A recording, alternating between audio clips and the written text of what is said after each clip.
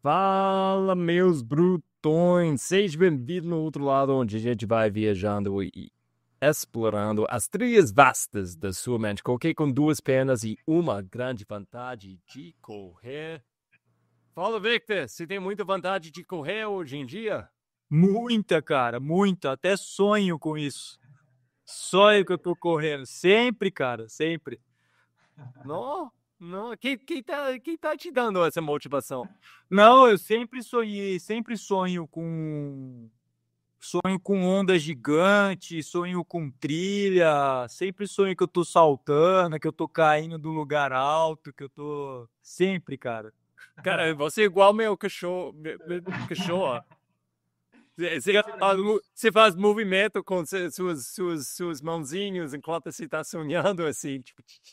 Como chama hoje esses jogos? Nem sei como classificar isso, mas que você tem uma vida paralela ali, e aí você monta uma casa, como chama isso, cara? Aí eu esqueci o nome, mas é Mas enfim, três. seja que Até for, agora eu não entendo 100%. É tipo, não sei, quando eu estava jovem, isso foi chamado imaginação. E você ia então. imaginar coisas. Mas, Não, não, agora parece que você compra. Outro dia eu tava na oficina mecânica e tava esperando ali um concerto e escutando uns jovens ali conversando, né? E o cara, nossa, eu paguei R$ 500 numa faca tal. Eu fiquei assim, né? Falei, numa faca de caça. Eu falei, nossa, me interessei, né? Deve ser da hora. E o cara começou a descrever a faca, né? Daí eu olhei assim e falei, mas o que que esse cara faz com essa faca, né? Será que esse moleque caça? Será que esse moleque, né, gosta dessas paradas táticas assim? Cara, era no jogo, mas, entende? E mas ele o falou, jogo tipo é o um jogo RPG. virtual. Não, não, é virtual no computador. Você tem uma vida paralela. Você vai construindo coisa, cara. Então você é uma outra. Você tem uma outra vida paralela. As pessoas mergulham assim. E esse cara comprou. Só que a grana, aí eu fui entender. Esses R$ 500, que ainda ele falou: Nossa, meu pai não pode saber, não sei o que. Ele pagou de verdade. O cara comprou uma faca né? Ou você pode comprar carro, várias coisas na sua vida, sei lá como é que se fala, é Black Mirror total, né? Mas, pô, cara, eu tô falando isso porque essa minha vida paralela é os meus sonhos, sabe, cara? Parece que eu vou pra. O benefício de sonhar assim, você não gasta tanto. É tipo, É, é, cara, com certeza, cara. sonho de natureza, é tipo assim, lógico, a gente tem vários jeitos de gastar muito dinheiro para aproveitar a natureza hoje em dia, mas é o jeito mais ancestral, você vai achando jeitinhos baratíssimo para fazer. Mas, nossa, provavelmente tem tem poucos jovens, provavelmente, ouvindo esse podcast, mas poucos ouvindo, provavelmente, tipo, nossa, você tá ouvindo esses velhos aqui? Eles não entendem nada. Esses cringe. É cringe, é cringe. Nossa. Adoro. Gente, a gente tem um episódio muito legal para vocês hoje. A gente vai falar um pouquinho sobre doping, essa coisa de doping na mundo de trilha, casos internacionais. E essa pergunta vai acontecer no Brasil, nas trilhas, em breve, quem sabe? Ou tá acontecendo Ou já está acontecendo? e a gente não sabe. Pode ser. A gente vai entrar umas perguntas ligado com o penúltimo episódio do outro lado, onde a gente falou muito sobre zonas de frequência cardíaca. A gente vai falar umas dúvidas que a gente recebeu sobre isso, falar sobre o teste de sentar e levantar. É um teste clássico que tem várias vidas na pesquisa e eu estava lendo sobre isso outro dia, quero falar sobre isso. E nosso tema mais para hoje, falando sobre as esferas de movimento, essa ideia de treina menos e mais movimenta. A gente vai falar sobre isso e na filosofia da corrida ancestral. E a gente vai fechar hoje, no fim, a gente tem uma coisa, eu gostaria de colocar todos os episódios daqui em frente do outro lado, coisas ancestrais, pensamentos, links, livro, qualquer coisinha, as pessoas viajando no outro lado, tá pensando no mundo ancestral. Mas para começar, doping. Cara, eu não sei se você está seguindo. Tinha um grande caso que virou famoso de doping agora mesmo. É com o Stian Angermund, cara da Europa. Ele foi campeão mundial. Ele arrasou há vários anos no Golden Trail, né? no Golden Trail. E foi logo depois o OCC, aquela prova do UTMB. Logo depois do OCC, a prova ele ganhou. Em 2023, ele tinha que fazer um teste de xixi, para usar a palavra mais da rua, e saiu um resultado positivo. E basicamente ele passou o último ano lutando. E ele acabou, algumas semanas atrás, ele fez uma entrevista no Free Trail, ao podcast de Dylan Bowman. Quem gosta de ouvir podcast em inglês, eu ia colocar isso na lista, porque, cara, várias perguntas com isso, várias perguntas sobre o sistema de testar atletas para qualquer esporte. Quanto fé a gente pode colocar nos resultados. Eu acho que, para abrir esse bate-papo, eu quero falar, tipo, nossa, a gente quer ver um esporte limpo. A gente quer ver um esporte onde pessoas não estão tomando coisas para jogar a vida, tipo, em risco. Ou vai criar lesões desnecessárias, ou pode destruir a vida da pessoa porque ela está tomando coisas que não é bom para o corpo ser humano.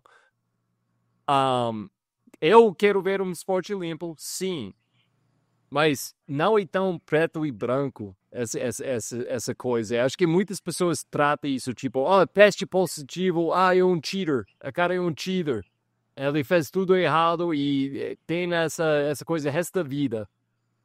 Mas nesse caso com Stian Angerman, o atleta fodásimo, nossa, essa entrevista foi difícil ouvir, porque basicamente esse cara não entende de onde vem essa coisa. De acordo com ele toma nada, ele nem toma suplementos.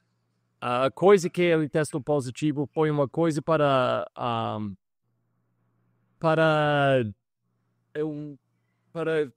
como que chama? Quando você está tomando alguma coisa, mas você quer esconder.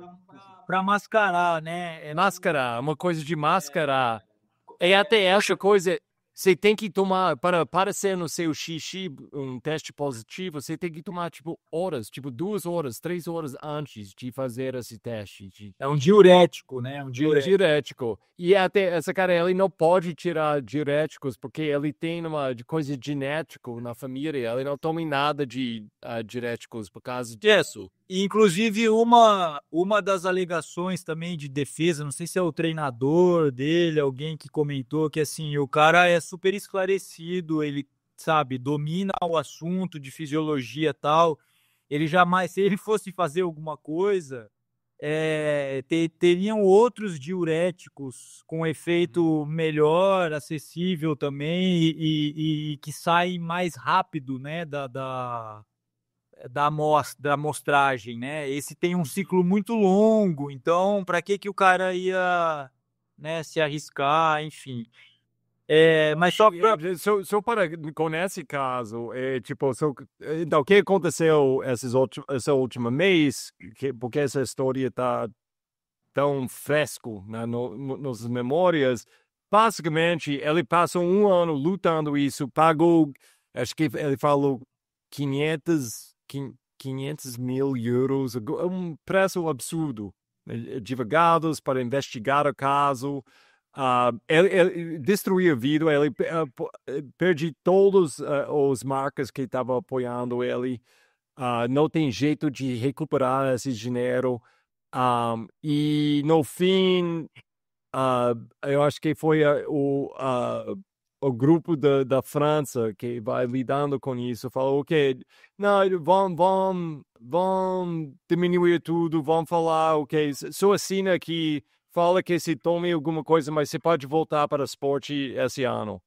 E ele falou, ok, tá bom, só para voltar. Mas literalmente, a mesma época que isso aconteceu, ele tinha segundo bebê e não, ele nem deu para ele ir para a ginástica da menina mais velha que ele tem, porque ele foi contra do lei para ele atender qualquer coisa que tem nas regras de WADA, a World Caraca, Endurance Association. Então, ele nossa. perdeu tudo com os amigos, treinamento em grupo, e a vida dele foi destruída no fim. Ele vai tentar voltar para correr.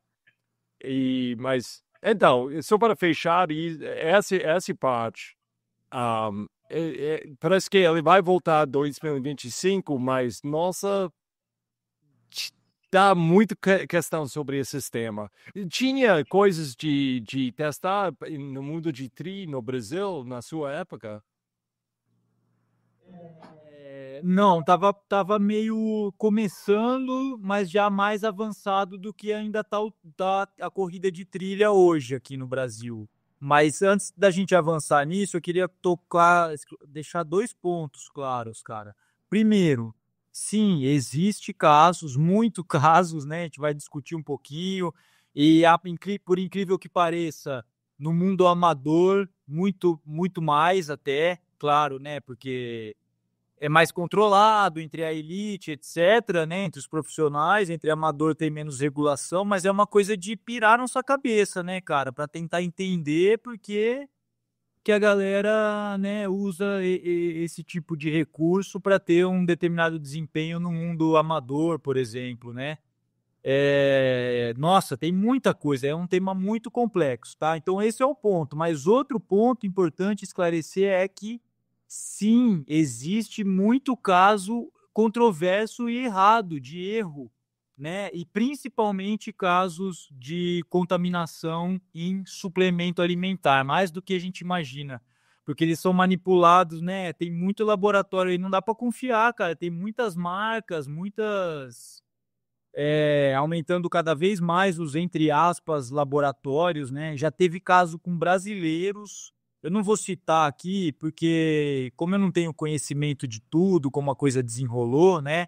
Mas tem caso de nadador olímpico, tem caso de triatletas importantes também, olímpico e Ironman do Brasil, né? E que ficou mal esclarecido, cara, e sempre envolvendo essa coisa da contaminação. Então, é claro, para quem tá na maldade, esse pode ser o primeiro álibi, né? Ah, meu, não, deve ter sido meu suplemento, algum. é, mas existe essa questão. Burritos. Você sabe a desculpa de burritos? Não.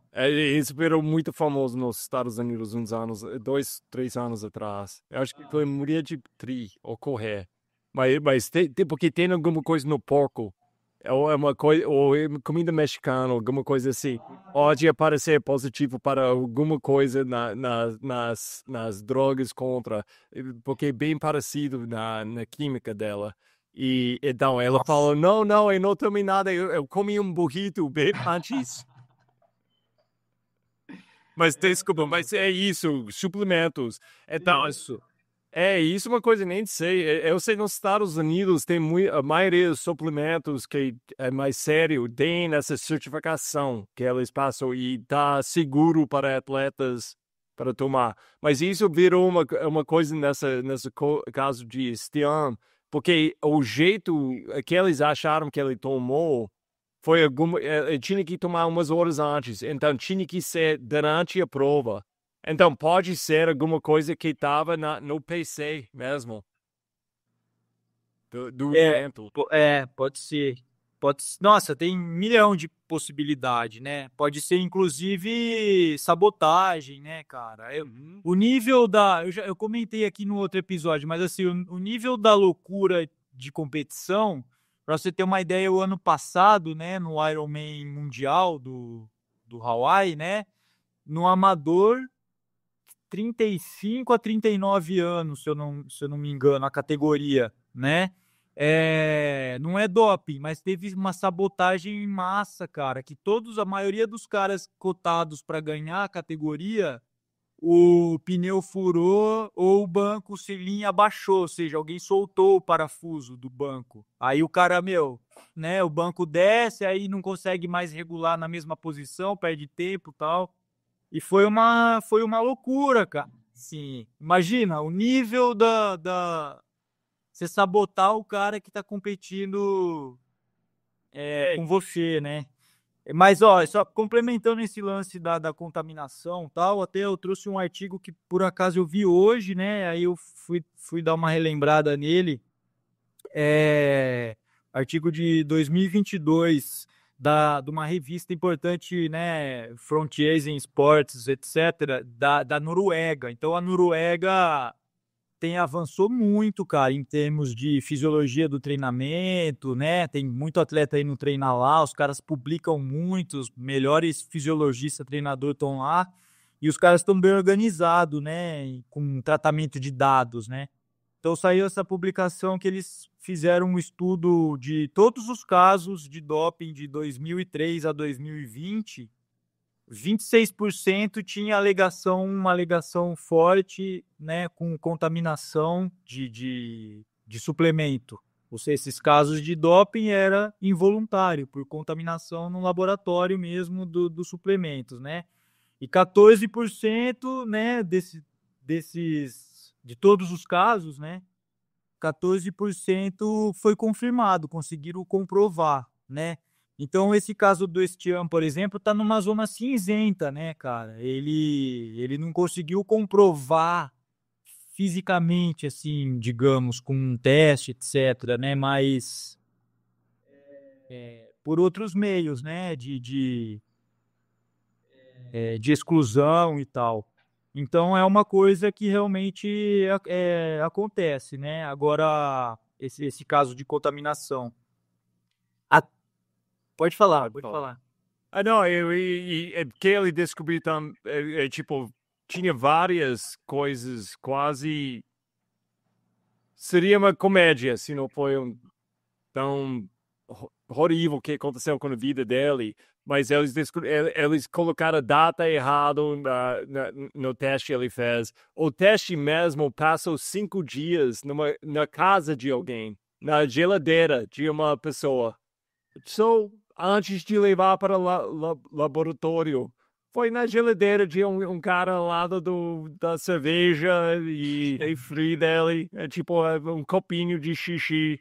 E é uma coisa, porque a gente gostaria de pensar uma coisa nossa, deve ser muitas regras, muito formal e muito tudo assim. Tipo, gente, essas organizações fazendo os testes, eles são seres humanos também.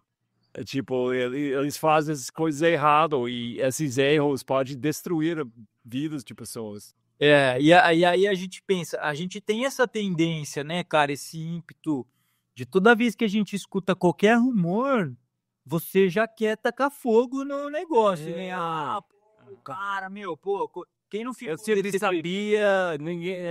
quem não ficou decepcionado, por exemplo, com o Lance Armstrong, né?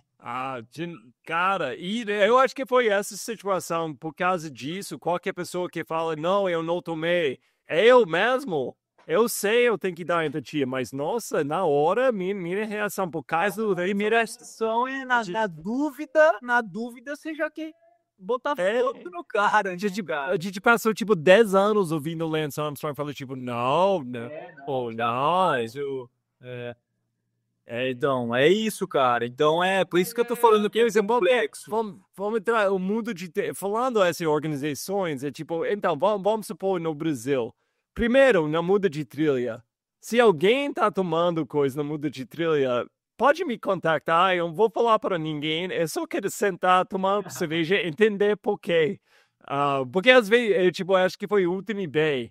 Ela estava em Paraty, ela estava falando de fazer os primeiros 3 pessoas têm que fazer um teste. Um, então, eu vi muitas pessoas falando tipo, sim, tem que ser assim, sim. E tipo, primeiro é muito dinheiro você tem que gastar para fazer isso. Segundo, quem vai organizar isso? Vai ser o CBAT? É tipo, sério, gente? Desculpa, eu vou falar em voz alto. se eu vou colocar todo o meu trabalho e minha reputação, é tipo, o que pessoas pensam de mim, não é minha carreira, mas é uma coisa, tipo, nas mãos do CBAT? É tipo, sério, gente? A gente acha que é isso? Quem se viu de CBAT foi tipo, não, eu quero para eles. Eles têm todo, eles fazem tudo certo sempre. E se eles acharam alguma coisa no meu xixi, nossa, deve ser de verdade. E eu tô fazendo doping. É tipo, não, de jeito nenhum.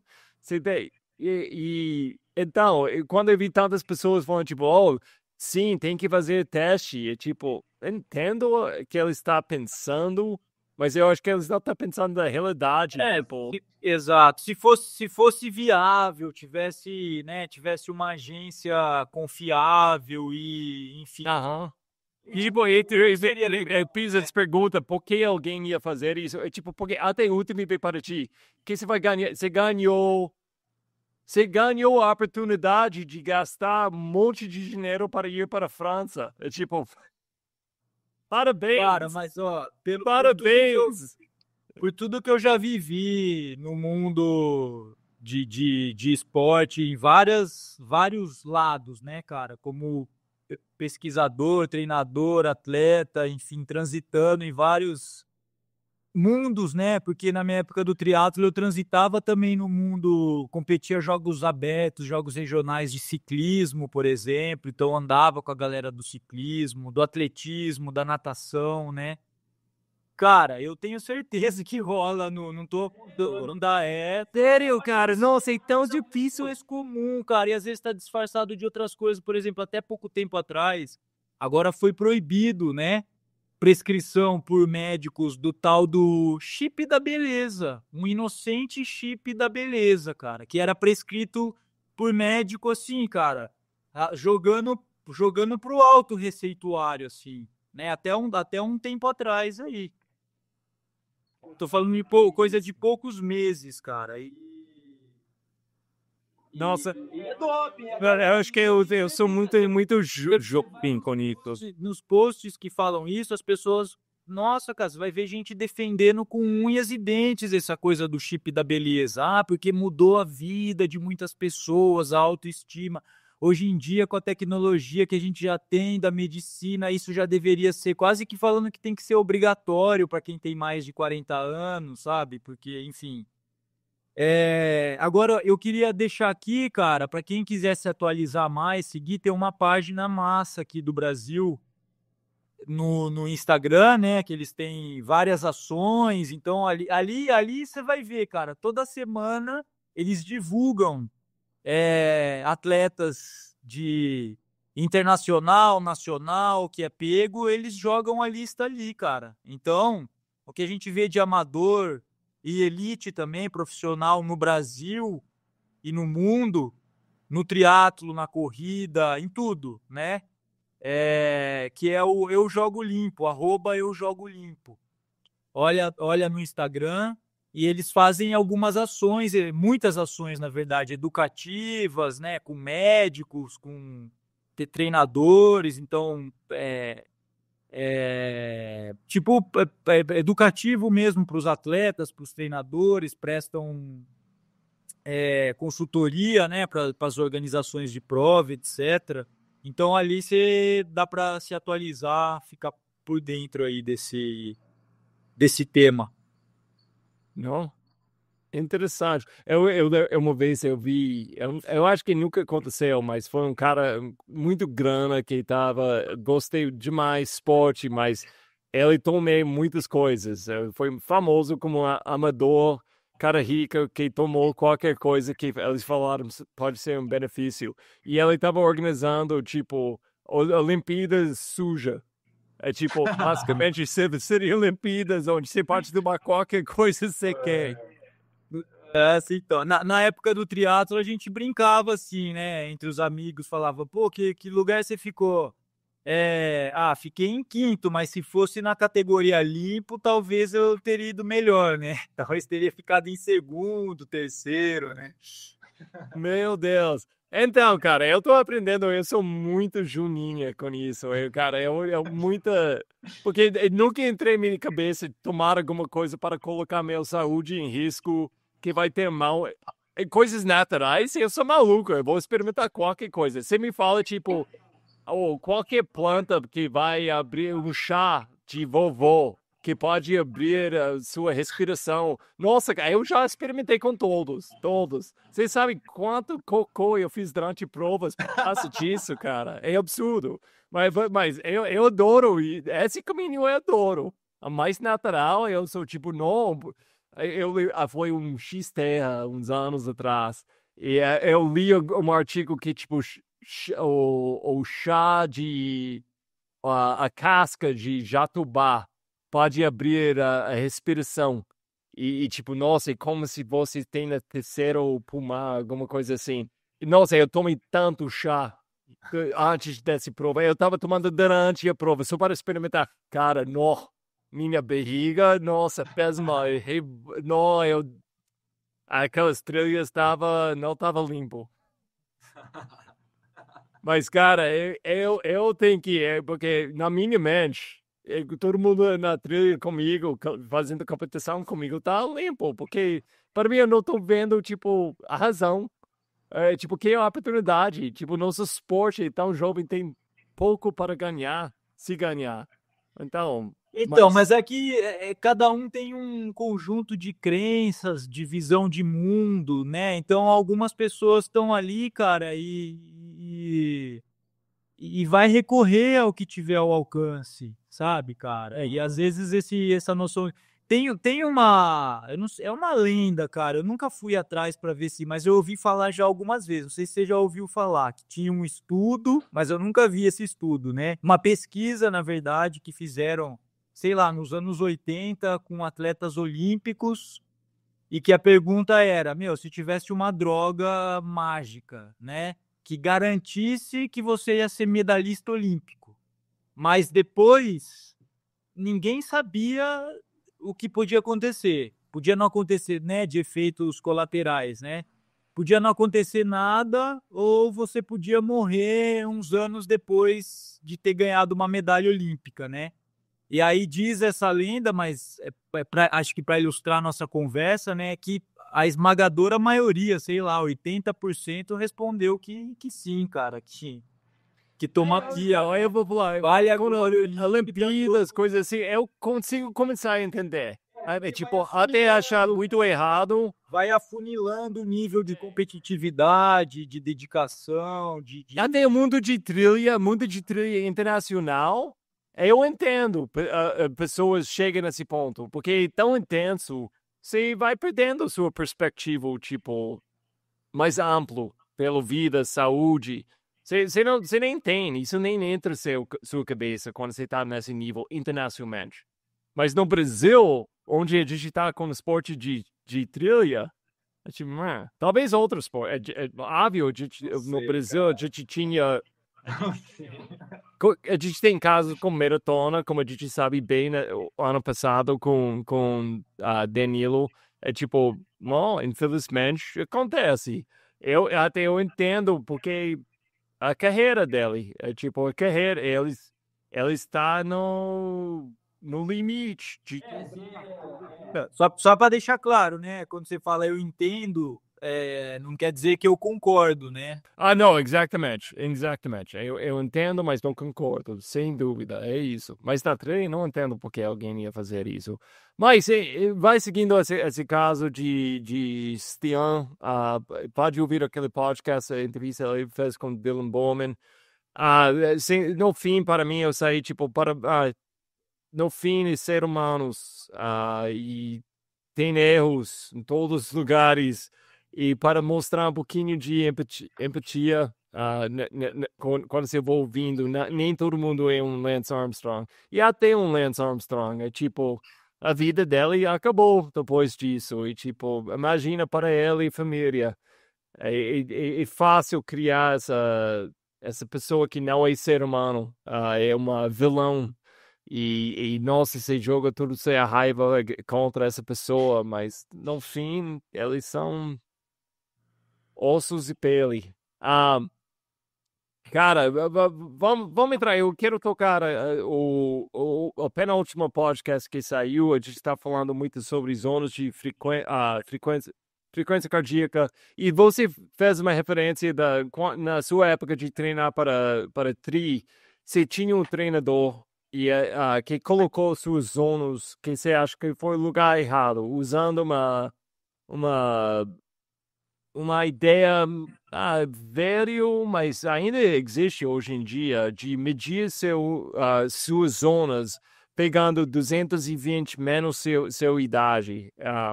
Eu quase não quero repetir isso, porque pessoas vão ouvir e começar a fazer.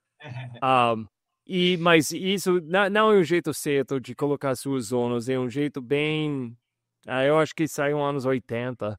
Ah, e você acha que foi alguma coisa que, nossa, não foi certo para sua época de treinar no nível mais alto? Mas minha pergunta para você foi, tipo, como você sentiu nessa época? Tipo, treinar, sempre tentando treinar numa zona de frequência que você aprendeu depois foi alto demais. Mas como você sentiu? Quais sinais você viu? Então, cara, foi uma época minha ali nos anos 2000. Eu comecei em 95, né? Totalmente inventando ali meus treinos, né? Aprendendo com um pouquinho de cada modalidade, porque não tinha ninguém com conhecimento triatlo, né? Que a gente fala nada pedala corre hoje em dia, assim, escreve a frase sem separar, né? Para mostrar que é uma modalidade tão única assim, né? Não são três, não é o ciclismo, a natação e a corrida, né? Mas ainda estava muito cruel, é um esporte jovem ainda, né? Bom, corrida de trilha muito mais, né? Mas no começo do ano 2000, acho que nessa época, cara, não tinha essa noção que a gente tem tanto hoje do que realmente é treinar leve. Então já tinha uma cultura, pelo menos nos lugares que eu andei mesmo, cara, eu tive a oportunidade de estar lado a lado com um cara de elite, assim, fera, né?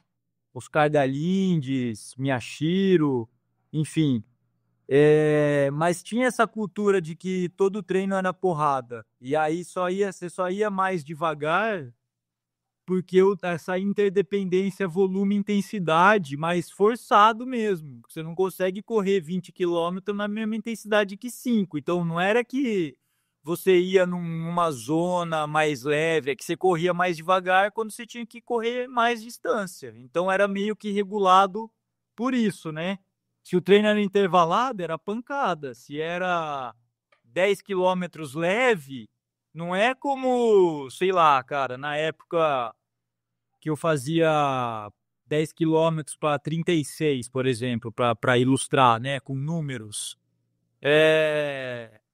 Hoje em dia, se eu tivesse 10 quilômetros para 35, 36, eu ia fazer muito treino ainda, rodando a 6 por quilômetro, 5,30.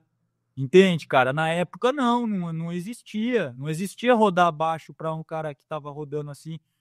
Nenhum treino era abaixo de 5 por quilômetro, 4,40, 4,50. Então, já tinha essa atmosfera, né?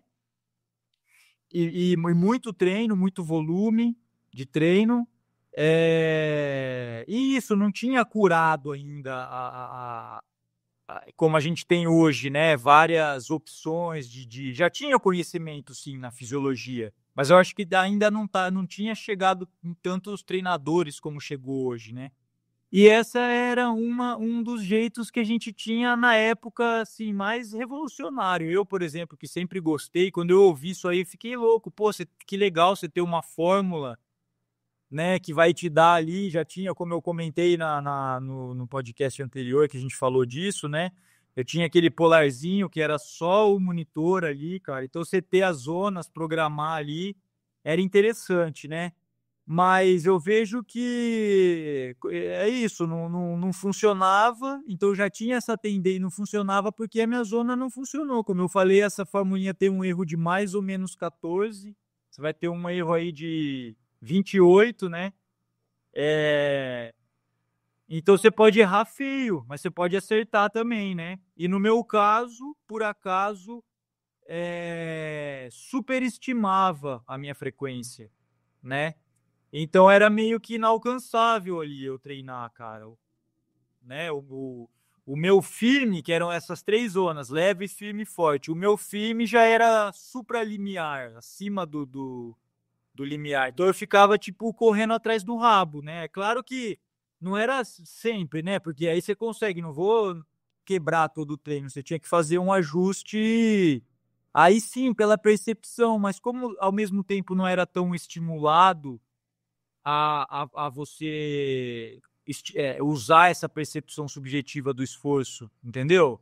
Era tudo baseado mais ou menos nisso, cara. Ah, se meu pace na prova é 3:30, então eu vou dar os tiros para 3:30, né? Para 3:20, para poder abaixar de 35 para 34. Então era um raciocínio é, meio assim, né, cara? E aí mudou tudo quando eu conheci o Gerson, né? Que aí eu voltei, saí né? Voltei de Santos para Bauru. E aí eu peguei o Gerson, um cara, meu, no nerd, totalmente nerd da fisiologia, né? Eu tinha meu caderninho de anotações, aí o cara já, meu, no dia seguinte que ele olhou meu caderninho, já veio com um monte de estatística, de ideia e tal, e aí a gente foi acurando essa coisa das zonas, né? Mas ainda assim, cara, mesmo nessa época, não era tão marcado essa coisa do treinar leve. A gente achava, por exemplo, a zona 2, cara, era meio que zona 3 para cima, assim, né? E, claro, a não ser depois que eu comecei a treinar para Ironman e tal, aí era impossível, né? Não treinar bastante no que a gente chama de zona 2, né? Mas tanto que eu tive um overtraining que eu tive, foi por estar muito tempo submetido próximo da zona de limiar anaeróbio, que é uma zona que tem uma cascata enorme de mudanças cascata bioquímica e tal, adrenalina, noradrenalina, né? Outro dia a gente pode falar mais disso, mas enfim, por estar trabalhando em zonas altas. Então, o mais importante de acurar as zonas, eu acho que é justamente para a gente acertar as zonas mais baixas, sabe? E o aluno fala: não, é essa zona aqui, é 2. Nossa, mas é difícil correr a 120. Porque o seu condicionamento. O Roger vai correr a 120 a 4:30 por quilômetro, no 5, no plano. Eu não, pô. Aliás, cara, as minhas zonas em percentual, em frequência cardíaca são iguais, a minha e a sua. Igualzinha, as mesma faixa de batimento. Uhum. Porque a gente tem uma frequência máxima similar, né? Parecida, mas Eu não sabia disso. Eu sinto muito isso mais próximo com você, neurona. Mas isso não é essa conexão, né? Mas isso não significa que eu vou correr com o Roger, porque a minha intensidade relativa na zona 2, por exemplo, eu não lembro, mas vamos supor, 125 batimentos. O Roger também, 125. Só que num plano, o Roger tem uma economia de corrida, ele está num nível de adaptação, de treinamento, que ele vai estar nessa mesma frequência nós dois, ele vai estar confortável, porque é um ritmo confortável, ele vai estar confortável a 4:40. E eu vou estar confortável nessa minha zona a 5:20. Então, né, é por isso que é totalmente relativo isso, né? Mesmo estando na mesma frequência, mas o funcionamento ali, a economia do motor é diferente, né? Então, eu acho que é muito mais importante a gente acertar, né? Tem um efeito especial a gente acertar as zonas, principalmente nas zonas mais leves.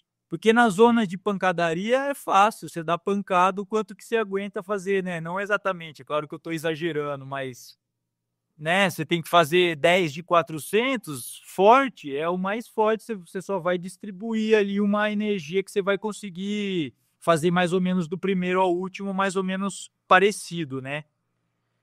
Agora, para uma zona mais leve de rodagem, por exemplo, é mais difícil até você manter. Então, é interessante você ter esse parâmetro, mas, de novo, nunca deixo de repetir isso, como uma ferramenta até para você calibrar a sua percepção mesmo subjetiva, porque em alguns momentos o equipamento falha, a sua frequência sofre influência de outras coisas, ela tem uma tendência de mudar o comportamento numa prova por causa de desidratação, etc. Eu estou sendo repetitivo da nossa conversa passada, né? Eu acho que com tudo isso, eu quero entrar. A gente entra mega. Você fala o seu treinador foi mais nerd. Às vezes a gente entra mais nerd nesse podcast, mas eu acho que a gente sempre tem que deixar em frente também. Isso não é a coisa mais importante para a gente. A gente entra isso porque, sim, a gente tem metas, a gente tem coisas que a gente quer conquistar, a gente gosta de competição. Eu gosto, eu vou falar para mim. Eu gosto ainda, mas a coisa mais importante é o amor de que eu estou fazendo, diversão. Para quem que está ouvindo que não tem um aparelho assim, ou talvez não tenha dinheiro, assim, é nada, relaxa, relaxa.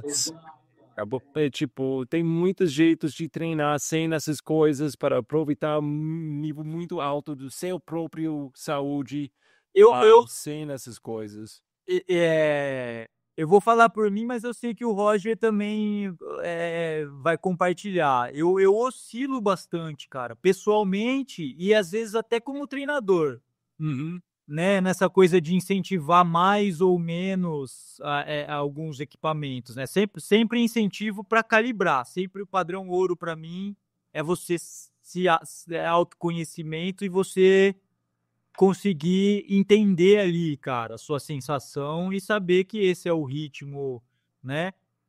Que você tem que fazer cada treino, né? Ou cada parte do treino, né? Mas eu oscilo, cara. Tem época que eu já fiquei, nossa, eu fiquei anos sem usar nada, nem relógio, nem o tempo. Eu estimava o tempo, isso até pouco tempo atrás. Agora eu já tô numa onda mais de estar com, né, Cara, vou te contar o que que eu fiz, e para quem tá ouvindo aí, claro, né? O que que eu fiz sábado, que para mim é uma coisa muito fora do usual. Para mim, Vitor, Posso como um chutar? atleta, não como Posso treinador. chutar? Chuta, vamos Chutar. ver. Você chegou em casa, você percebeu que no seu relógio GPS que você só correu 9,89 quilômetros. Aí eu saí Então, você fez bate e volta em frente da sua casa 10 vezes só para completar 10. Foi isso? Não, cara, não foi. Eu corri na esteira. Ah, meu Deus, cara. Nossa, por quê? Que foi a situação? Porque eu tava em São Paulo trabalhando, né? E ultimamente, como eu falei, eu tô nessa vibe agora que eu tô fazendo minhas planilhas também, né? Então eu tô fazendo minha periodização, etc. E ficou faltando, cara. Faltava uma corrida de 1 hora para eu completar meus treinos da semana, né? E tava uma chuva em São Paulo, eu tava hospedado no centrão lá, cara, não tinha, né, ânimo para sair, para correr ali, ainda mais na chuva, e aí eu descobri que o hotel que eu tava tinha uma academia, né? Aí eu fui lá, não tinha ninguém, aí eu descalço, coloquei Você usou tipo um bigode falso, tipo de quem pode ver o senhor ancestral aqui nas. nada, cara. Não, sabe, pra falar a verdade, eu queria falar, putz, vou fazer uma postagem, vou filmar isso aqui, aí, mas eu esqueci o celular, não levei o celular. Falei, não vou voltar pra pegar e. Mas eu matei o treino da semana, coloquei e fiquei brincando um monte, cara, porque eu tava com um monitor.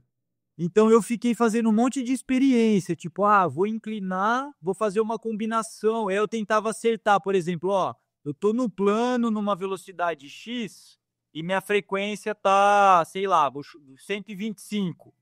Uhum. Eu vou fazer uma combinação agora de tanto de inclinação e vou adivinhar quanto de inclinação, quanto que eu tenho que diminuir a velocidade para eu estar na mesma frequência cardíaca, entende? Com 15% de inclinação ou com 0% de inclinação, qual que ia ser a diferença?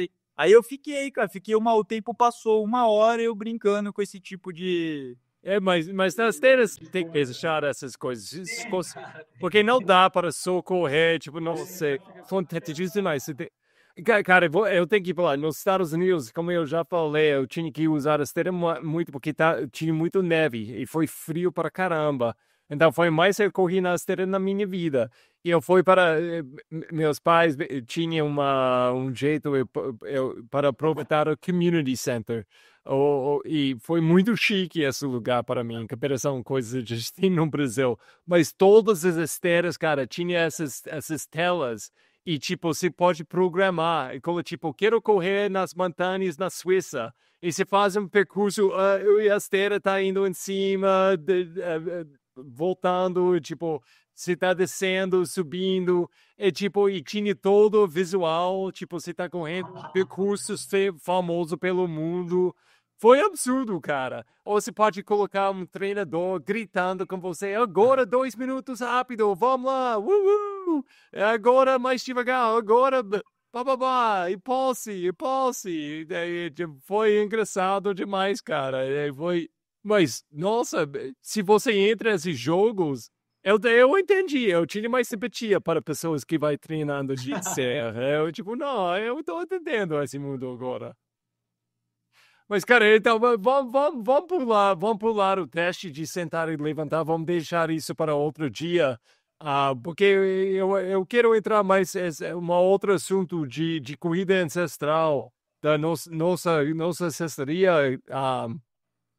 São essa ideia de esferas de movimento, é uma coisa, uns podcasts atrás, eu acho que a gente estava falando de recuperação. E você falou essa ideia que é muito forte com você, que se usa muito no seu treinamento, sua filosofia de vida, de saúde, essas esferas. Tipo, a gente vai. Muitas vezes a gente fica nessa armadilha de pensar todo o meu saúde, todo o meu treinamento acontece numa janela de 20 minutos ou 1 hora, onde eu vou correr, estou muito focada, ah, e a gente vai esquecendo, tem mais 22 horas por dia. Então, pode entrar um pouquinho sobre isso, explica para pessoas, porque para mim isso é um pilar muito forte da corrida ancestral. É... Ah, cara, eu acredito muito que a gente pode elevar o nosso basal, assim como a gente, por exemplo, quando a gente estuda nutrição, a gente não tem o nosso gasto calórico basal, né, que é de acordo sem fazer nada, né, um cálculo ali pelo que eu tenho de massa magra, etc, né? E aí a gente acrescenta o que a gente gasta nos treinos, por exemplo, quando a gente faz determinada atividade, né? Eu acho que a gente tem que ter, a gente pode também manipular, principalmente, o nosso basal de condicionamento físico, que ele está numa esfera muito maior, onde o treinamento, como você falou, a gente acha que a nossa saúde acontece, né, que o treinamento, o cuidado com o movimento acontece nessa janela de 1 hora, 3 vezes por semana, e não é, né, cara? Isso é uma coisa muito ridícula, assim. Então, quanto melhor a gente tiver o nosso condicionamento basal, esse esse treino, cara, é o polimento, entende? Assim, a cereja do bolo, né? Então, se eu já tenho um nível basal alto de movimentação, e aí vai entrar tudo que envolve as capacidades e as habilidades, né, de mobilidade, de agilidade, de amplitude de movimento, de força, de resistência, tudo isso que a gente fala de forma isolada como uma capacidade, a gente pode ter num nível mais alto. Eu faço uma comparação que é meio idiota, porque não dá para a gente estudar, fazer um estudo de caso, comparar uma pessoa com outra, mas vamos imaginar que é um grupo, vai, de pessoas, cara. Você tem dois grupos de pessoas que nunca correram formalmente na vida, nunca treinaram, nunca participaram de prova. Aí você vai treinar essa galera para competir uma prova de 10 quilômetros daqui, sei lá, 3 meses, 6 meses, quanto for. Um grupo É um grupo a gente pode imaginar trabalhador rural. O cara que, meu, tira leite da vaca às 4 da manhã, carrega ali os latão, aí depois tá roçando, tá carregando peso, tá correndo atrás dos bichos o dia inteiro na lida. A água, Raciocínio, fogueira, no raciocínio das trilhas. é um bom exemplo, né? A captação da água que deu problema lá em cima da montanha, tem que ir lá resolver. Esse é um grupo de 20 pessoas nesse perfil. E o outro grupo é um grupo de trabalhador da Faria Lima, que, que, que passa o dia no ar-condicionado, no escritório, tá? E a gente não sabe o histórico dele, ele só sabe essas informações, né? E vamos dar o mesmo treino, o mesmo tipo de estímulo para os dois grupos. E você vai apostar em qual grupo que vai ter os melhores resultados? Né? Cada um faz a sua reflexão aí, né? Então, isso eu estou usando aqui um exemplo meio grotesco, né?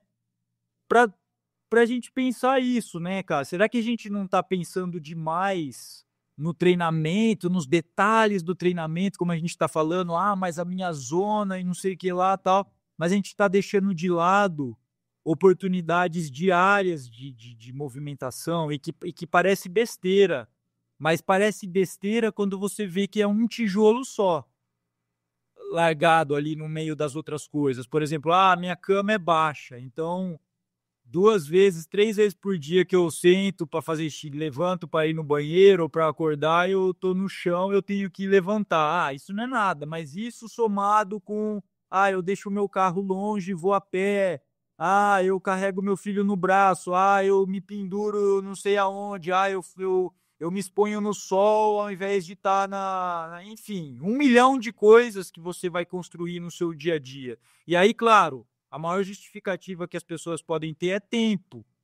Mas tem tantas opções, tem tantas maneiras da gente construir isso, essa coisa que eu chamo de movimentação natural. Só que, cara, eu chamo de movimentação natural porque é o nome que a gente convencionou.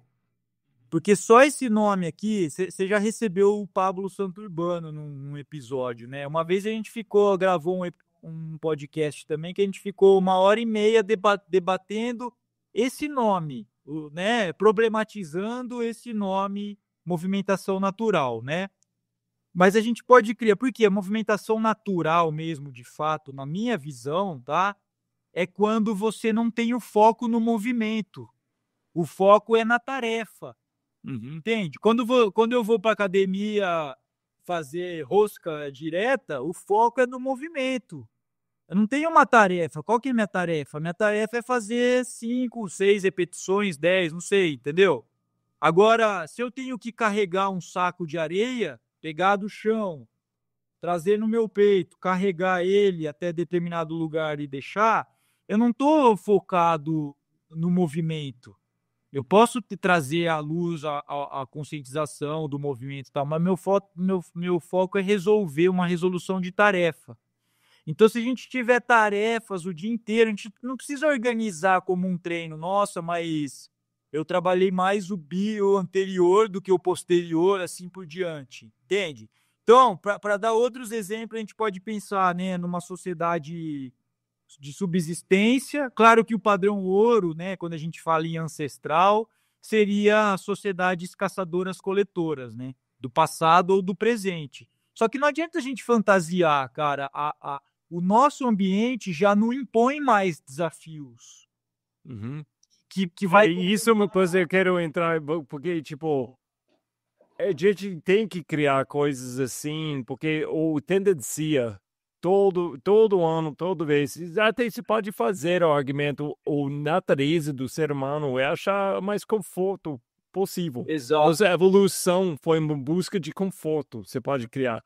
Mas num lugar, nessa linha de seguir mais conforto, a gente cruzou uma linha, a gente passou um limite, onde a gente criou tanto conforto, se você não tem consciência de como você está, se você está incorporando essa palavra movimento natural no seu dia a dia, você sempre vai voltar para fazer o menos possível. A gente gosta de te enganar. Tipo, não, eu tô fazendo muitas coisas durante o dia. Ou, não, eu fui para a academia, fiz 20 minutos, mas você passou 12 horas no escritório sentado fazendo nada, ou a maioria do seu dia na tela. ah, Cara, é muito difícil para mim, eu posso falar para mim, né, tipo, eu trabalho no escritório hoje em dia, e se não eu faço coisas de propósito, tipo, faz jogar esse desenho, eu gosto de pensar sobre como você vai desenhar a sua vida. Se você vai colocar coisas por volta de você para incentivar, para ter mais movimentação, para subir, para usar a escada ao invés de usar o elevador para qualquer coisa. Se eu não faço essas coisas, é muito rápido. Eu vou ganhar peso, eu vou ficar, tipo, sem saúde, porque é muito fácil não gastar calorias, não gastar energia. Mas incorporando o dia inteiro, isso foi um grande uma mudança para mim, porque eu estava nessa coisa de pensar, não, exercício acontece durante essa janela de 40 minutos. Mas quando eu comecei a pensar sobre o resto do dia, a importância de incorporar essas coisas, tipo a gente gosta de falar snacks, essas coisas pequenininhas pelo dia, não, mudou muito a minha perspectiva. É tipo, e essa coisa de. Não, sim, eu não uso elevador, é tipo na escritório, a menos que eu tô com o meu time. Tipo, fora disso, eu tô na escada cada vez. Meu escritório é 2 quilômetros, eu nunca vou pegar o Uber para chegar lá. Eu vou correr o dia inteiro, eu vou correr da manhã, depois eu vou correr até o escritório para fechar, vou voltar a pé. E, pô, muitos dias, depois de 60 e tantas horas. Você é exausto sentar tanto tempo, cara. Eu não quero andar aquelas 2 quilômetros para voltar a casa, mas eu já desenhei essa situação ah, quando eu estava pensando melhor e agora eu tenho que voltar a pé. É isso, cara, é isso. A gente tem que fazer essa. é, Como, eu gostei como você falou, né? Desenhar o nosso ambiente, né? Nós somos animais domesticados de cativeiro, né? E o nosso zoológico, a nossa jaula, a gente pode desenhar. Então eu posso fazer, né, a jaula. Pô, se a gente for pensar como a gente vai fazer a jaula do macaco, não, precisa ter, basta ser ir num zoológico. Por que coloca lá umas coisas pro bicho pendurar, para brincar, para balançar? Ah, porque é da natureza dele, ele precisa disso para manter a saúde. E a gente, né? Uhum. Então, é isso, cara. A gente, né, de acordo com o espaço que a gente tem em casa, tem um espaço para fazer alguma coisa no chão, né, para estar no Uhum. chão, um EVA de 1 metro por 1 metro, você já faz muita coisa, né? Você Fora essas. tira o mais cadeira você pode tirar da sua casa, um meio Isso, santo mais. ficar no chão, enfim, cria esse hábito, né? Quando você está com um tempo ocioso, fazendo que tipo de brincadeira você vai propor para as crianças, né? Você está na praia, Até essa coisa de brincar com suas crianças é uma coisa que muitas pessoas não fazem hoje em dia. exato, Brincar com a família, brincar com seus amigos também. Essa. cara, sabe, que tipo, meu, eu vejo muito isso aqui, né, vou de vez em quando na praia e, pô, a galera vai na praia pra beber, né? E eu com a minha filha, por exemplo, hoje a gente foi, né? A gente de repente cria desafios ali de saltar, sabe? Vamos ver quem salta mais longe, ou vamos marcar quanto a gente salta, né? Só para deixar uma dica, você pode competir isso. Por exemplo, eu compito com a minha filha. É claro que eu vou saltar mais longe que ela. Só que a gente mede, por exemplo, a distância por pé. Entendeu? Então eu salto 8 pés, ela salta 6, 7 pés do pé dela. Então, Ela relativamente, a tá gente tá soltando 7 pés. já fica, tá soltando 6 pés. Cara, Já, desculpa, mas eu acho que ela tem que fazer um teste de xixi.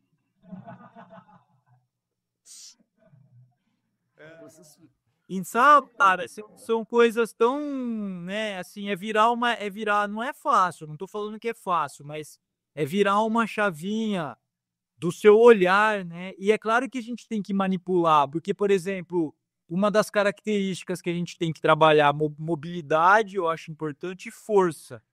Força pura, cara. Quando eu falo em força, e é uma transferência gigantesca para performance. É força pura. É você pegar uma carga muito pesada, relativa, né, para você, né? E tirar do chão uma pedra pesada, alguma coisa, levantar ou carregar ou fazer poucas repetições. É difícil isso, não tem nada que seja natural, entre aspas, a não ser que você trabalhe com poda de árvore, e aí você tem que levantar um tronco, arrastar para lá, ou pegar um saco de cimento, etc, né? Que impõe isso de forma, entre aspas, natural. Então a gente tem que criar. Eu, por exemplo, cara, eu vou sempre dando exemplos pessoais, não significa que quem está ouvindo tem que fazer exatamente igual, né? Mas eu faço uma ou duas vezes na semana a minha série de força, que eu posso fazer qualquer lugar que eu tiver, que eu preciso de 1 metro quadrado, é o pistol, né? Que é aquele agachamento com uma perna só.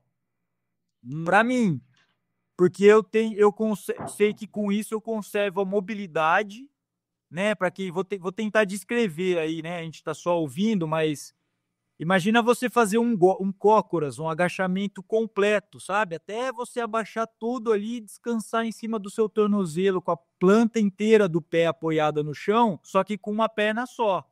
A outra perna está estendida na frente. Então você está equilibrando, você tem que ter uma baita de uma mobilidade de tornozelo e quadril e força, porque aí eu subo, entende?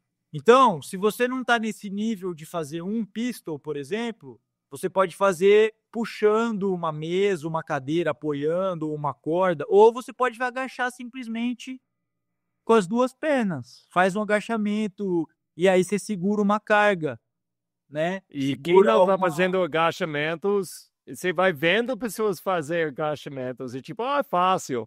Quem não está fazendo dia a dia agachamentos que passam a idade de 30 anos, por favor, faça um favor para si mesmo. Vê se Exatamente, você cara. pode fazer vários agachamentos. Qual Agacha a até forma? onde você puder. Se você puder agachar até uma escada, desculpa, até uma cadeira, sentar na cadeira e levantar, e aí você vai diminuindo a cadeira para um banquinho. Mas todo mundo aqui tentem chegar até o cócoras, um agachamento completo, a fundo, assim, não precisa ser com carga, com nada, né? Então esse é um exemplo de como e isso é membro inferior total. Então eu não deixo de fazer, cara. Eu não eu tô sempre monitorando para eu não perder essas valências, né, que envolve um pistol, por exemplo, completo. Às vezes eu faço com meu filho no colo, né? Aí quando eu faço com meu filho no colo, eu faço uma repetição. Baita treino, cara, porque é um treino neural, neuromuscular, não é um treino que vai ter um impacto metabólico. Ele é difícil de fazer, mas ele você pode fazer de manhã, vai ser difícil, você não vai ficar dolorido, nada. Você pode correr à tarde. E tem uma baita transferência para corrida de endurance, né? Aí, quando eu faço, por exemplo, sem carga nenhuma, eu faço 3, 4 repetições cada perna, né? Com a minha máxima intenção de velocidade. E aí faço com uma perna, faço com a outra, e eu, sei lá, brinco com meus filhos, ou então eu faço muito isso, né? De novo, algo que funciona para mim. Eu, sinceramente, não tenho saco de ficar fazendo exercício. Eu só tenho saco de me deslocar, nadar no mar, correr na trilha, pedalar, isso, né? Agora, ficar fazendo exercício parado num lugar é difícil para mim, mesmo a movimentação natural. Então, eu faço melhor o circuitinho que eu faço na natureza. Então, às vezes eu faço na natureza, eu misturando. Aqui perto de casa tem uma quadra com uma área de convivência e tal. Então tem um muro, então eu faço um circuitinho de escalar o muro, saltar do outro lado do muro e aí assim por diante. Carregar uma pedra de um canto do parquinho para o outro, subir na trave do balanço, assim por diante. Monta esse circuitinho, né? Mas aqui em casa, para eu fazer essas intervenções de movimentação, por exemplo, barra, flexão, eu só consigo fazer conectado com outra atividade. Por exemplo, montando planilha dos meus alunos, e aí eu faço na minha série está incluído, ó, eu vou montar 2 planilhas de 2 alunos, né? E vou fazer uma série de 6 barras, por exemplo. Aí eu faço mais 2, aí eu sei que eu vou fazer 3 séries. Aí depois eu vou fazer outra coisa, um agachamento, eu não sei, ou tô fazendo uma comida. Vou mexer aqui o arroz, vou picar um alho e vou subir e descer na corda, que fica na varanda aqui na frente da cozinha. Só que tem uma estrutura, sabe? Tem uma lógica, que eu sei o que eu tô fazendo, quantas vezes na semana, que tipo de exercício mais de potência, mais de força, tal, distribuindo. Fora todas as outras coisas que eu não controlo tanto, cara, que é isso, tentar ir buscar sempre que der meu filho a pé. E aí você pode ir manipulando várias coisas para gerar outro tipo de adaptação de habilidade. Por exemplo, eu tenho a opção de ir descalço ou calçado. Então eu vou descalço e eu vou voltar carregando meu filho, fazendo um peso, ou às vezes até, enfim, combinando, né, esse tipo de movimentação, até para você ir com outras pessoas. Ah, puta, que saco, eu vou caminhar com aquele meu amigo que é sedentário, mas eu quero dar uma força para ele começar e tal, né? Hum. E, pô, eu vou caminhar devagarzinho no ritmo dele. Ah, só que eu vou descalço, meu, né? Vou aproveitar, vou descalço, eu vou gerar uma adaptação ali do meu arco plantar, dos dedos, vou dar uma força, vou estar incrementando alguma coisa usando essa estratégia, né? Para trabalhar mais do que só essas capacidades que a gente faz de repetição na academia. Como que Ô, você Zé, previne, por exemplo, que treino você vai fazer para prevenir, por exemplo, entorse? Prevenir ou ter uma boa reação? Entorse, cara, é uma coisa que a gente está sujeito o tempo todo. Quem está bem adaptado a correr em trilha, a gente tem entorse no sistema micro ali, que às vezes a gente não passa nem pelo nosso sistema de consciente. A gente tem um ajuste local ali, de biofeedback local, né? E isso, cara, isso você não vai fazer na academia, você não vai fazer. Não, vai ajudar, claro, você fazer, sei lá, um exercício ali pro pé, pro tornozelo, mas se você vive uma vida em que você submete a isso, né, você tem uma chance muito maior, como eu falei, desse basal tá sempre num nível muito alto, né? O seu sedentário, entre aspas, é uma pessoa é, minimamente forte, ágil, flexível, com mobilidade, com resistência, né? E aí por isso que assim, essa frase eu usei muito, agora eu tenho um pouco mais de cuidado, porque você precisa de toda uma explicação dessa, que é aquela, né, movimente-se mais, treine menos. Porque talvez, pensando comercialmente para assessoria, algumas pessoas não podem entender. Falar, não, mas eu quero treinar, eu gosto de treinar, como é, né, esse negócio? Eu não quero, né, não é por aí, né?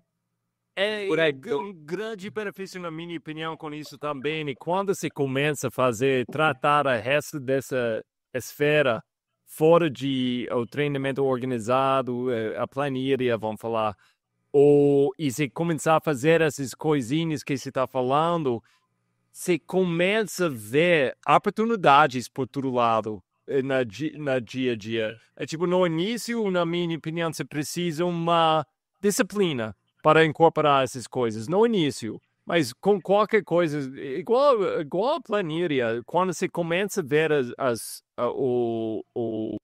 o feedback boa, tipo, nossa, resultados boas, se sente melhor, você começar a tipo, tem essa dopamina, você quer mais. E essa coisa muda a sua perspectiva do mundo também. Eu sei para mim, né, tipo, tantas vezes eu vou fazendo coisas absurdas com o meu corpo, tipo, no nome de ultra, no nome de uma prova. Mas quando eu tenho que voltar para minha casa com todas as minhas compras e ninguém na família atende, sei lá, para me ajudar, eu fico com raiva. É tipo, isso nem faz sentido. Tipo, 2 semanas antes eu corri 100 quilômetros sem reclamar. Eu paguei para fazer isso, mas eu estou aqui xingando minha família porque ninguém está me ajudando a levar as compras. É tipo, agora eu tipo, oh, que ótimo. Você não... Bom, quero ser, tem que ser o fodão toda hora, né, cara?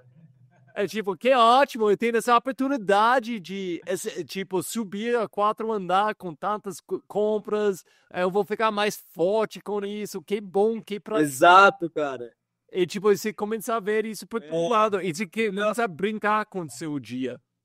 Exato. Quando eu vou, por exemplo, cara, eu sempre brinco, quando eu vou, por exemplo, comprar um gás ou esses garrafão de água de 20 litros, sempre o entregador, não, não, onde tá seu carro? Deixa que eu levo. Eu, não, cara, você tá doido? Você vai tirar a minha chance de carregar 13 quilos nas costas, pô. Então, é isso, cara, é isso mesmo. Eu acho que é uma sensação, não sei se a palavra é essa, pode ter uma interpretação diferente, mas de vigor, sabe? De se sentir vigoroso, pronto para tudo. E é uma chavinha mesmo, não tem separação corpo e mente, né? Então, você muda a atitude de um, você muda a atitude do outro, né, cara? Então, tá muito conectado nesse sentido, né? Então, vamos encerrar hoje, mas eu vou falar para pessoas, a gente tem essa última coisa, coisas ancestrais, mas se esse tipo de treinamento está interessado para você, gente, eu deixei um link embaixo na descrição desse episódio. Pode entender mais sobre corrida ancestral, essa filosofia sobre saúde que a gente tem. Ou se quiser só trocar ideia com a gente, pode encher essas, seu nome e comentário, e a gente vai responder aí, a gente pode falar mais sobre isso. Mas coisas ancestrais, cara, o que você tem? Né? Você tem um livro, um artigo, um filme, um pensamento? Qual coisa ancestral você quer levar? Eu vou insistir num filme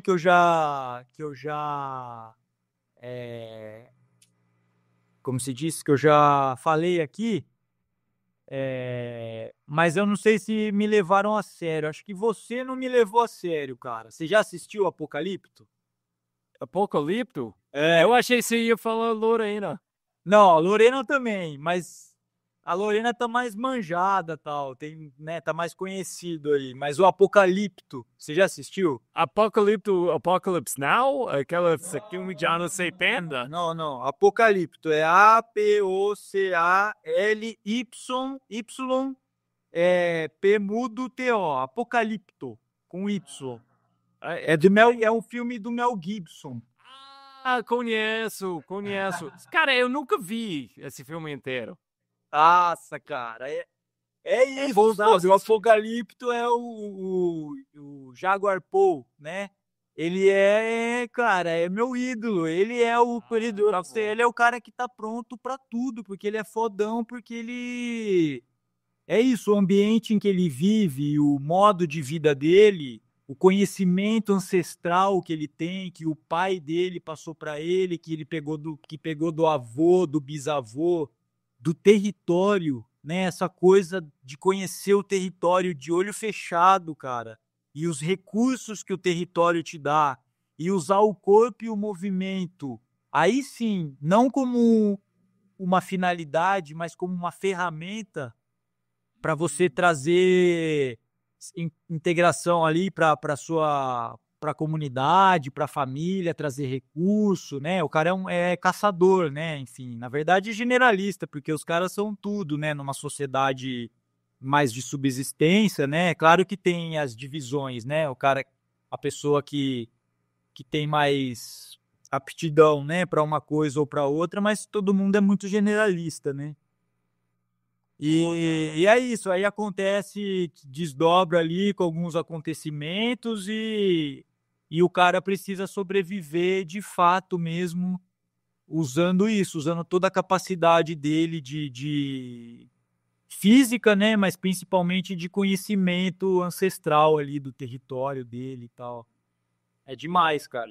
Você chama Apocalipto. Apocalipto. Só uma coisa. Só uma coisa ancestral. Tá bom. Só uma. Minha vai ser. Eu vi o nome dele surgiu na última podcast que a gente tinha com Hempes, o Siddhartha Ribeiro. Eu vi um artigo ontem que saiu no jornal. Não, que coisa velha, saiu no jornal. E essa coisa, eu já vi ele falando, mas foi bom ver de novo. Ele estava falando sobre essa coisa de a gente tá perdendo a capacidade de sonhar como ser humano e como isso é um grande, grande perigo a gente está correndo. Porque sonho é uma coisa bem ligada com ser humano, ser vivo. E a gente está perdendo, literalmente perdendo isso. E tem várias coisas ligadas com isso, tipo, porque ela joga muito, tipo, a gente tem uma falta de imaginação, a gente não coloca tanto valor nos sonhos hoje em dia, mas foi mais ou menos essa coisa, ele tá falando, foi tipo, gente, vamos tomar cuidado, porque como sociedade a gente está perdendo nossa capacidade de sonhar. E essa coisa muito ancestral que a gente tem. E eu sei para mim mesmo, às vezes eu vou acordando sabendo que eu sonhei, mas raramente eu vou lembrando meus sonhos. E raramente eu faço ponto de escrever ou falar que eu sonhei. E para mim foi isso. Eu vou deixar links para essas duas coisas, Apocalipto e esse artigo com Siddhartha. E, cara, essa coisa do sonho pelo ponto de vista do Siddhartha, mas também de outros. O Siddhartha é neurocientista, né?